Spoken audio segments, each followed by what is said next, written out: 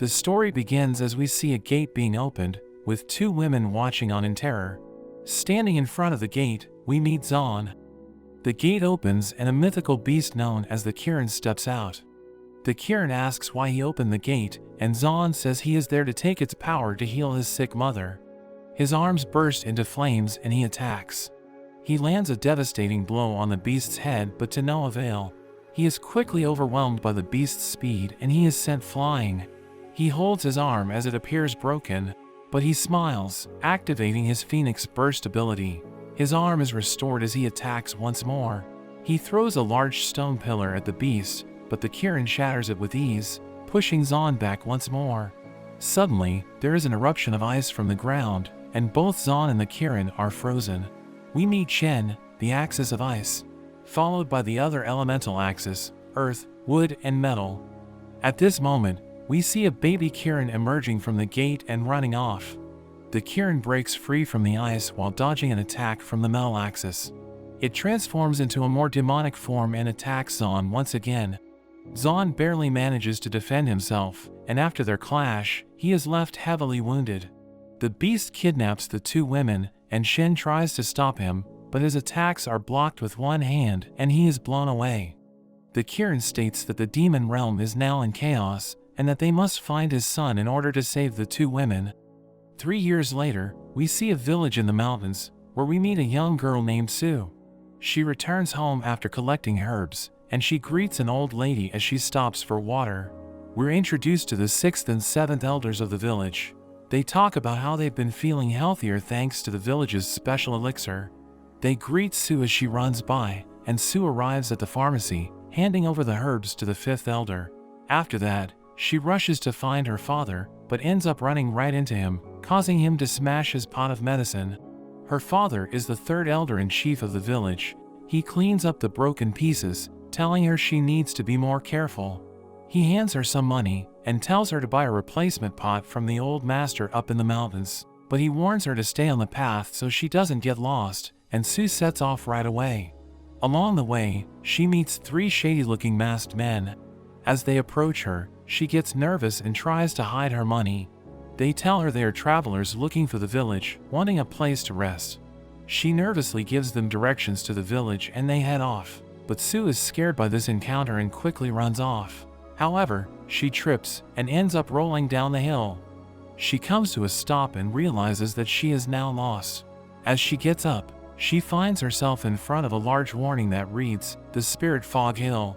Sue looks on as the words begin to glow. A wing brushes against her leg, causing her to scream. She instantly grabs the creature and throws it away. But she realizes it was just a duck, so she goes after it. She comes to a lake and discovers a naked Zon. Sue gets flustered at the sight and ends up slipping. Zon sees her falling and quickly jumps up, but he flies right past her as he saves the duck. Sue can't believe this and falls into the water. Zon and Sue get acquainted. He wonders why she's out in the middle of nowhere, and she tells him she's looking for the old master to get a replacement pot. Zon knows the man, so he offers to guide her. As the two of them make their way, Sue asks Zon why there was a warning about entering the Fog Hill. Zon explains an old legend. Long ago there were demons that lived in the Fog Hills. They ravaged the humans, hunting and eating them, but one day the 5 elemental axes appeared, and together they pushed the demons back and sealed them away. There were some that managed to get away, so the axes now serve to maintain balance and keep the peace. The pair arrive at the old master's house, and Sue is shocked by the overwhelming stench of alcohol. She admires all the pots and creations on display. The old master emerges from under a mountain of wine. Sue tells him she's there to pick up a new pot and hands him the money. The master tells Zon to grab the order, so he brings it over and the two leave. The sun is going down, so Zon decides to escort Sue back. At the village, the elders are alerted as they hear the town bell ringing. At the gates, the 3 masked men from earlier are attacking. 2 of the guards are already dead with 1 wounded, begging for help. As one of the masked men runs up, the 6th elder appears. Wielding his dual blades, he exchanges blows with the man, but he is quickly overpowered, getting kicked away and stabbed with his own blade. The 5th elder jumps down and joins the fight. He charges in with his spear and holds his ground, showing he is more skilled than the sixth elder, and he even manages to land a hit on the man. But with this, the second man joins the fight. The two men launch an attack together, throwing their blades while charging at the fifth elder. The fifth elder blocks the two blades, but ends up being stabbed by their abnormal arms. The seventh elder tries to help out by firing explosives, but the fifth elder also gets blown away as he coughs blood. The seventh elder continues to fire, but one of the men deflects an explosive right back at him, causing him to suffer a heavy injury. One of the men rushes to finish off the fifth elder, but just before he can strike, Zahn appears and holds him back. In an instant, Zahn is on top of one of the men and has the other caught with his hand. A bird's face is revealed as his mask falls off. Zahn activates his flame and incinerates the beast. The elders and Sue are shocked to see Zahn, and they recognize him as the Flame Axis from the legends. Elsewhere, we meet a young boy named Dan as he chases away a bunch of other kids that are stealing his food. The kids get away as Dan curses at them, but he suddenly sees his brother Quinn, who has just returned from a long trip. Dan is overjoyed, hugging his brother, and the two share a moment as his brother gives him a gift of his favorite red fruit. But this moment doesn't last long, as they notice the disturbance coming from the village gate, so they hurry over to see what's happening. At the gate, the chief orders everyone to retreat and regroup. They help the wounded back inside and decide to leave the rest to Zahn. The masked man undergoes a transformation, with feathers emerging, revealing his true form to be a peacock. The two begin to fight, and at first appear to be evenly matched in both speed and power, but the peacock dives at Zahn and uses a breath attack, causing him to be blown away. The peacock follows up with a flurry of blows, which Zahn is barely able to avoid. Zahn stops his attack, activating his flames, and he blasts the peacock away. He then uses his flames to boost his speed and he delivers a ferocious blow. The peacock gets blasted off, and it ends up running away. The elders regroup with the other villagers, who are in shock seeing their injuries. Quinn tries to treat the fifth elder's wounds, and the chief tries to calm the villagers down. He tells them they were attacked by demons and need to prepare weapons. But the peacock suddenly lands behind him, and the chief is paralyzed in fear. The peacock detects a particular scent on him, and it asks him for a certain location. The chief panics and doesn't know what he's talking about, but Zahn flies in, kicking the peacock away. He pins the peacock down, but it charges its breath attack at the villagers. Zahn blocks the blast but leaves himself open from behind, allowing the peacock to swoop in and slash his arm and leg. With this injury, the peacock asks Zahn if he's aware of what the humans have done. The peacock spreads his feathers and begins to glow, as he says he will show Zahn their true nature. As the villagers stare at the peacock's feathers, some of them start screaming as they begin to turn purple. Even the sixth elder is affected and he begins to transform. The peacock absorbs those who transformed, turning them into dust. After it absorbs their essence, it undergoes its own transformation. It gains a new humanoid appearance and takes a moment to reflect on its new form. It reads the mind of the old lady and discovers the location of the thing it's looking for. It takes off, leaving Zahn on the ground, who is healing his wounds. Zahn's hair turns to flames and his power surges as he puts on a mask, quickly chasing after the demon. The sixth elder remains and runs wild, fully transformed into a demon. He kills other members of the village and even attacks his own son. But Quinn suddenly dives and saves the kid. The sixth elder corners them and he stabs them with his claws. Dan is horrified at the sight, and he rushes to save his brother. He jumps forward and strikes with a stick, but he ends up getting skewered instead. The sixth elder realizes what he's done and asks Quinn to kill him before he can do any more harm. Zahn catches up with the demon and their battle continues. He begins to struggle fighting against the demon's new form. The demon attaches its aura to him, pulling him back in after each hit. Zahn grabs onto the demon, but this only leads to him getting blasted up the mountain. When the dust clears, Zahn is revealed relatively unharmed and appears to have ascended to an even more powerful form, with his body completely glowing with flames. Zahn's speed and strength are massively enhanced as he chases the demon. He uses his flame whips to catch it, and he kicks it into a mountain. The demon retaliates using its feathers to attack. It gathers all its feathers together to create a massive drill-like attack. Zahn attempts to stop it, but it pushes him back. As the tip of the attack begins to cut his throat, he reaches deep within his power and rips the attack in half. He flies toward the demon, striking it in the chest and causing its heart to combust. He attacks with a mad barrage of strikes, before smashing the demon into the ground. As the dust settles, the demon has reverted back to its peacock form. Zahn has a chance to talk to the demon and asks how it turned the humans into monsters. The demon tells him to enter the tunnel behind him to find the truth. But at this moment, the chief arrives in a panic. He says no one is allowed to enter, but as he runs, he slips on a branch, causing him to drop a vial, spilling out his elixir. Zahn picks up the strange pill and sniffs it. He quickly realizes what it is, and he rushes into the tunnel, finding the Kirin's son and sees it chained up in a cage. It was being used as the source of the elixir, and Zahn is enraged at the sight. He rescues the Kirin, and as he carries it away, the peacock vows that the demon world will be coming to take the Kirin, and that the humans will atone for their sins. Sue is speechless, and Zahn walks right past her. The next day, Sue is with her father as he awakens, and she asks why they were attacked by demons. He reveals to her that 3 years ago, there was a devastating plague that struck their village. More than half the villagers were infected and they were unable to find a cure. But one day, the Kirin appeared and one of its scales fell into the well. After drinking the water, the villagers were completely healed, so they ended up capturing the Kirin and making their elixir from its scales. The first and second elders return to the village, and the chief is shocked to see their faces. It seems prolonged use of the elixir has changed them, and the first elder wants to get the Kirin back.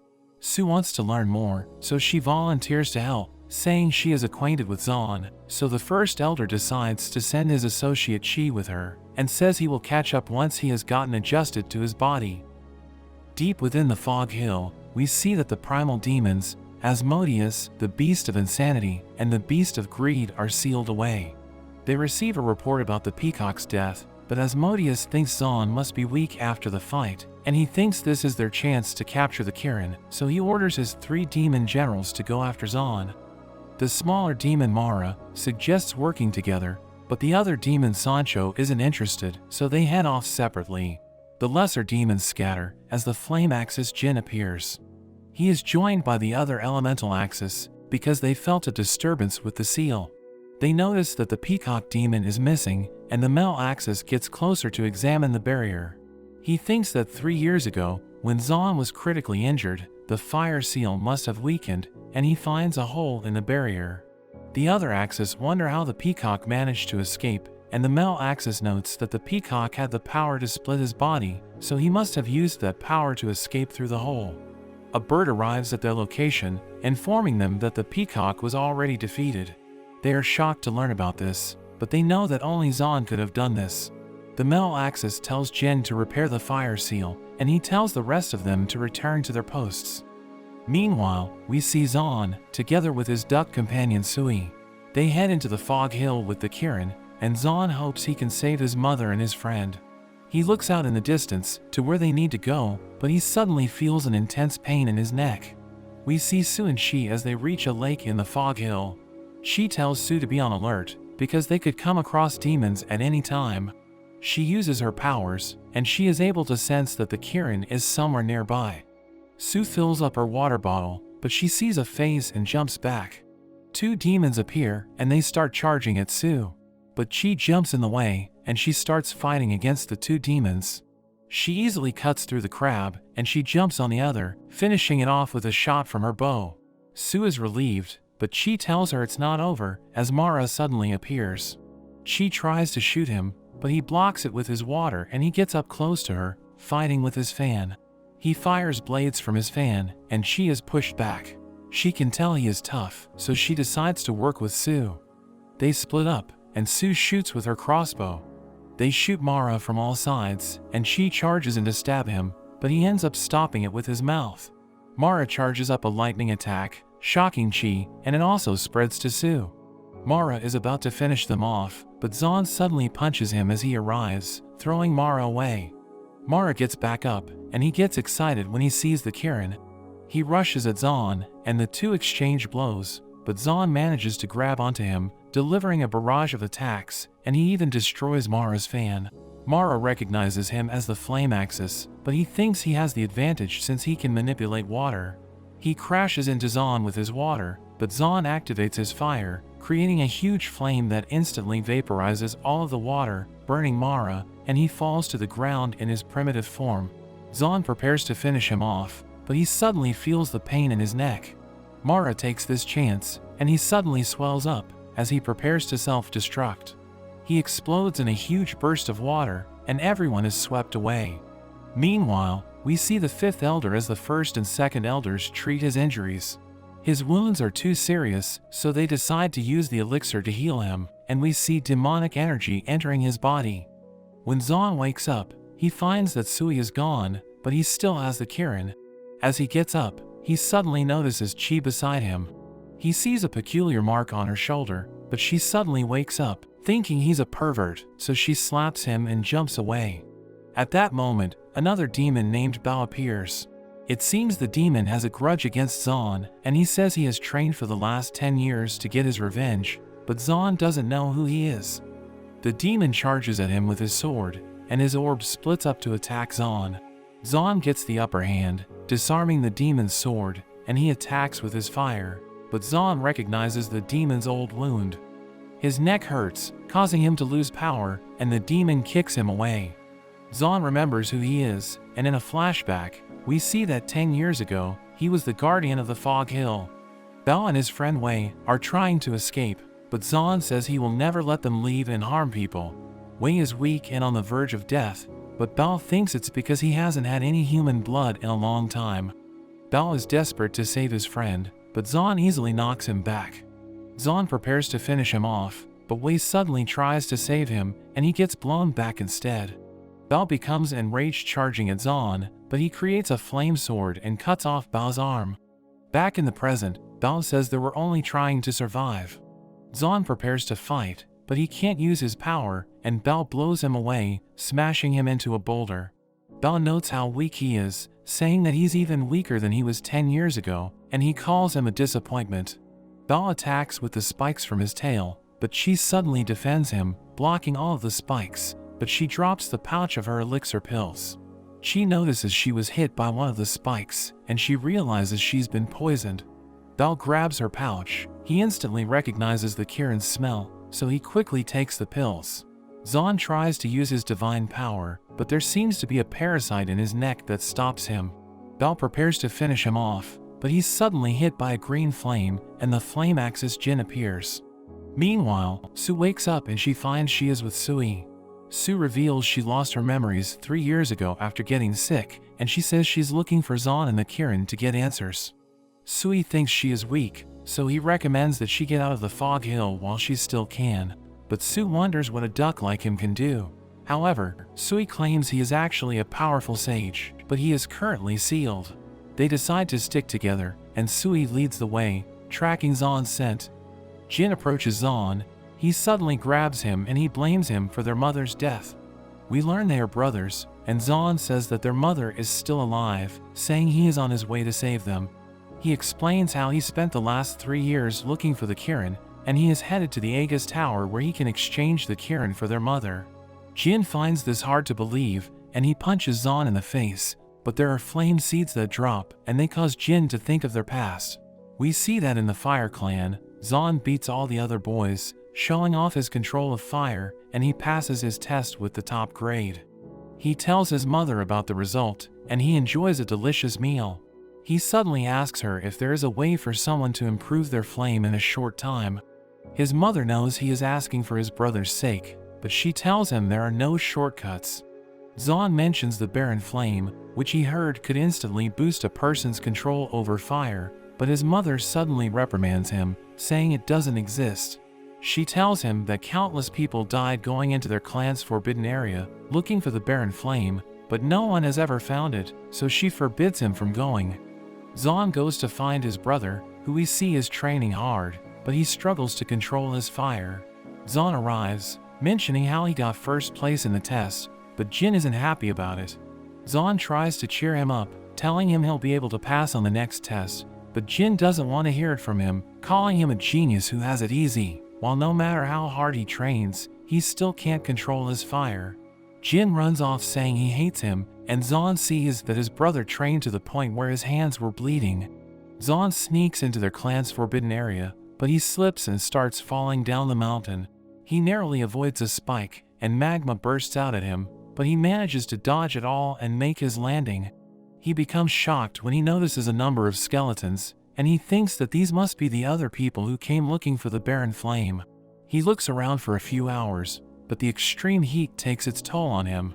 He thinks he's going to die, but he suddenly hears a voice. He is caught by a flame whip, and it starts to burn his arm. A flame demon emerges, holding seeds of the barren flame. The demon wonders, out of all the people who have come looking, why a kid like him would think he would be able to obtain the barren flame. The demon can sense his potential, and wonders why he's trying to take this shortcut, but Zon claims it's for his brother.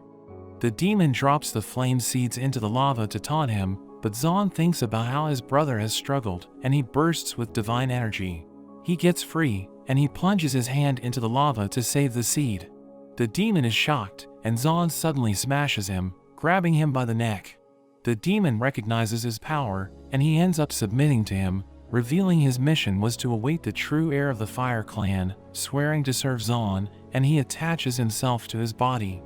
The barren flame is revealed, and the demon tells him he needs to refine it into seeds to use their power. Meanwhile, we see Jin training, but he still has trouble controlling his flame. Zon suddenly appears, and he forces one of the seeds down Jin's throat. Jin wonders what's going on, and Zon tells him he will have a breakthrough soon. Soon after, we see Jin as he passes the next test. The elders announce the people who have made it to the next round, but Jin notices that Zon's name wasn't called. He wonders what's going on, but the chief says that Zon's hand is too injured, so he's unable to continue. Jin rushes home, where he finds Zon refining more seeds for him. Jin feels bad that his brother lost his spot because of him, but Zon is just happy for him. Thinking about all the things Zon did for him, Jin starts to believe him, but Belle interrupts, and Mara also reappears. Jin transforms, charging at the two demons, and he exchanges blows with them. Mara crashes into him, and he gets shocked by his lightning, but Zon jumps down, and he beats Mara up. However, Zon is still injured. Jin fights against Belle, countering his orbs with his flame. Belle prepares a huge attack, and Jin responds by charging up his flame. The two attacks collide, and Belle starts to get overpowered, but he splits his orb up to launch another attack. Jin creates a ring of fire, protecting himself from the orbs, and he throws the ring at Belle, which incinerates him, causing him to fall. Jin catches his breath, but Mara suddenly captures him, shocking him with his lightning. Zon isn't able to do anything, but Mara is suddenly frozen, as Shen makes his appearance, rescuing Jin. Mara tries to run, but he gets cornered by ice, and Shen ends up catching him. He prepares to blow himself up again, but Shen activates his power, completely freezing Mara and shattering him into pieces. Belle gets back up, cursing at them for keeping the demon sealed. Shen prepares to finish him off, but Zon decides to let him go. As Belle stumbles away, Shen approaches Zon, slapping him in the face. Shen still has a grudge for what happened 3 years ago, and he reminds him of how he failed to protect his sister, as well as his own mother. Jin wants to know what really happened, and in a flashback, we meet Shen's sister Lin. We learn she is being sent to the Fire Clan to help Zon control his power. Shen worries for her, but she tells him it'll be okay, saying it's not a dangerous mission. We see her training with Zon, while his mother watches on. Zon decides to get serious, but Lin is able to stop his attacks with her water. However, when her water gets absorbed by his body, it makes his power go wild. Lin gets blown away, and Zon charges at her, but his mother manages to block his attack, absorbing his flames into her own body. His mother ends up passing out, but we learn that the flames in her body can't be removed, and it's too much for her, so she doesn't have much time left. But Zon remembers the legend of the Kirin.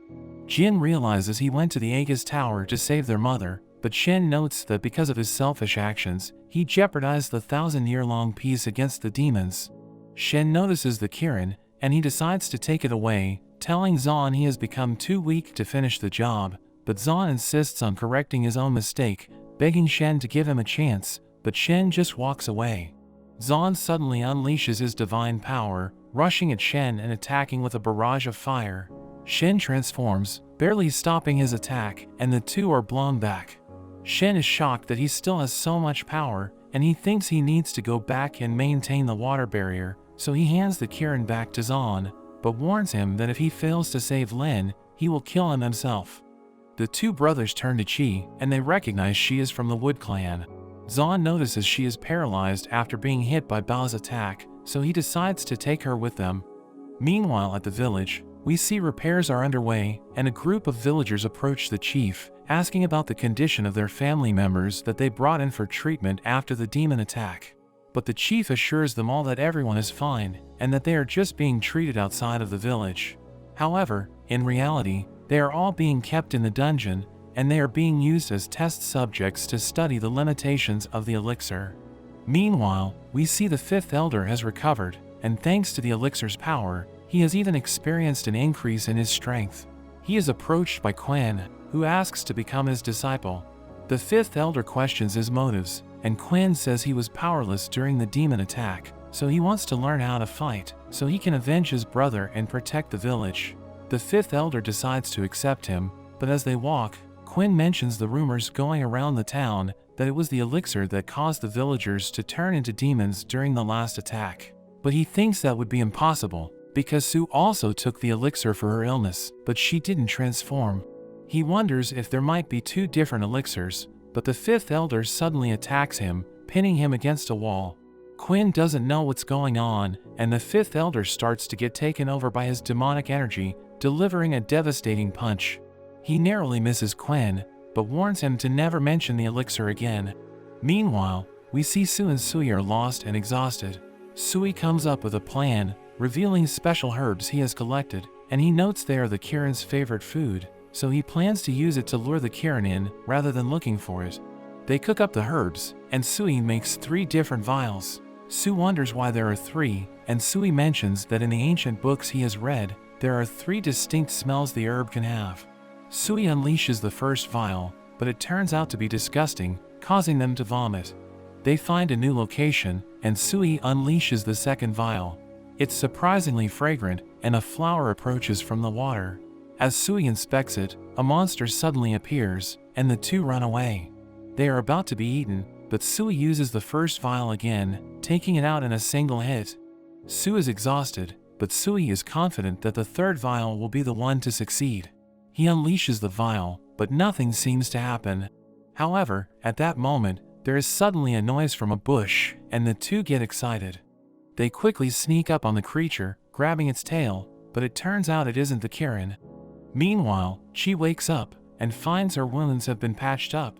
She sees the Kirin sleeping in front of her, and she thinks about taking it, but realizes she wouldn't be able to get away in her condition.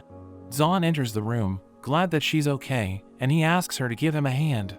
She helps put medicine on his back, but she notices he's been infected by a parasite.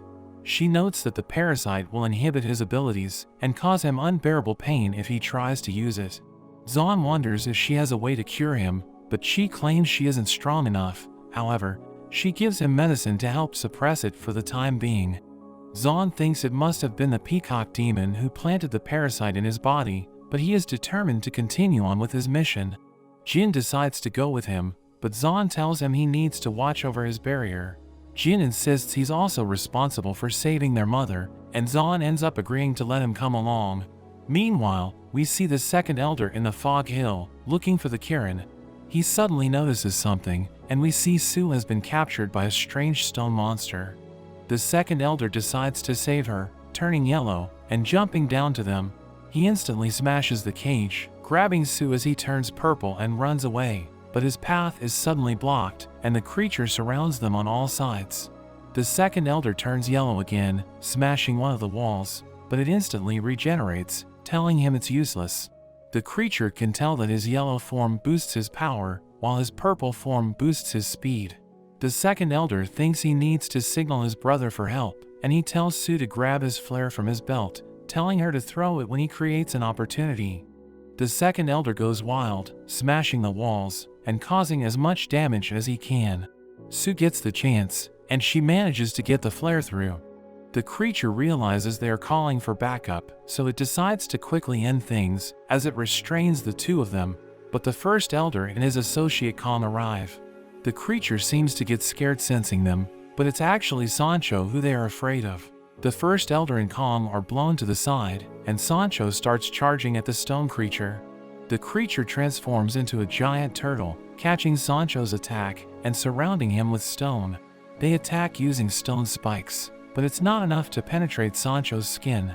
Sancho breaks free, but the turtle unleashes another technique, attempting to seal him, but Sancho suddenly shoots out a strange goo, smashing the pillars, and it seems to reduce the speed of their regeneration. Sancho covers the turtle with his goo, and he smashes it with a single punch. Sancho grabs the second elder, and he takes his pouch of elixirs, but a blade suddenly flies past, and we see the first elder is back up. Kong smashes Sancho, pushing him back, and we see Kong's body is as hard as iron. The first elder tells Su to get away with the second elder, and he starts to engage Sancho in combat. His weapon gets knocked out of his hands, but he is able to control it using his mind. Kong joins in, exchanging blows with Sancho, but even his iron body isn't enough as Sancho starts pummeling him. Kong manages to restrain Sancho with a number of chains, and the first elder lands an attack on him, but Sancho breaks free, and he shoots out a red goo that dissolves the first elder's blade. The fight continues on, but Sancho starts to overwhelm the duo, and he has even taken the first elder's arm. Sancho is about to finish them off, but he suddenly gets hit by an arrow as Chi appears, and he is then caught by Zan's flame whips. Chi checks up on the first elder, and he tells her to grab the Kirin when she sees the chance. Sui is reunited with Zan, and he warns Zan to be careful fighting Sancho. Sancho recognizes Zan as the one who defeated the peacock demon, so he consumes the elixir he took from the second elder, and he suddenly undergoes a transformation, gaining a new form. Zan and Jin start fighting against him, but Sancho is able to stop Jin's attacks. Zan manages to restrain Sancho once again, and Jin blasts him with a ring of fire, but Sancho manages to get free, smashing Jin away. Zan is left to fight against him, but Zan quickly starts to get overwhelmed, getting pummeled into a wall. Sancho smashes right through, but Zan suddenly creates his flame swords, stabbing Sancho in the chest, but he ends up getting smashed into the ground. Jin returns, and the brothers combine their attacks against Sancho, but it's not enough, and Jin gets blown away and pinned down. Sancho unleashes his power, preparing to finish him off, but Zan defends his brother, cutting through Sancho's attack, but he ends up getting stabbed. Zan suddenly feels pain from the parasite, and Sancho is disappointed this is all he can do. She wants to help Zan, but the first elder reminds her that her priority is the Kirin. Sancho prepares to finish Zan off, but he suddenly frees his brother, who blows Sancho away, and Zan quickly closes his wound.